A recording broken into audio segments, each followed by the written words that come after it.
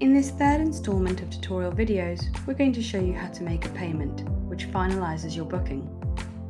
On the Confirm and Pay screen, we need to select how we would like to pay. Choose direct debit installments or pay in full by card. Again, for efficiency in this tutorial, we're going to pay in full, which will load a familiar payment screen that asks for all the usual banking credentials. Populate these fields, read and agree to the terms and conditions and select Confirm. Payment will then be taken, and you will receive a confirmation email in your inbox. Now you can take a look in My Bookings and see your bookings confirmed in green.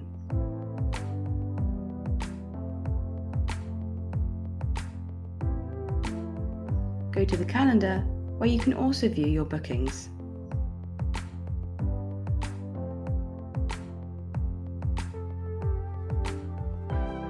Finally, if you go to My Money, this will display all upcoming invoices and confirmed payments. Let's click on the payment we just made, where we can download the receipt of payment.